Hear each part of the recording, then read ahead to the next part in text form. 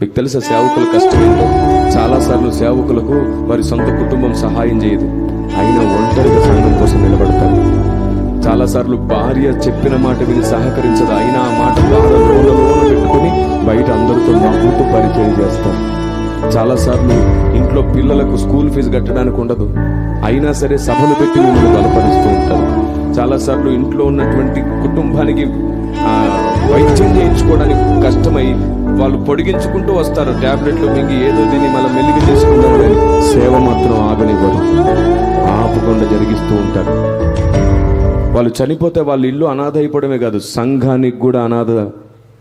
వాళ్ళ ఇల్లే కాదు, సంఘం కూడా అనాథే.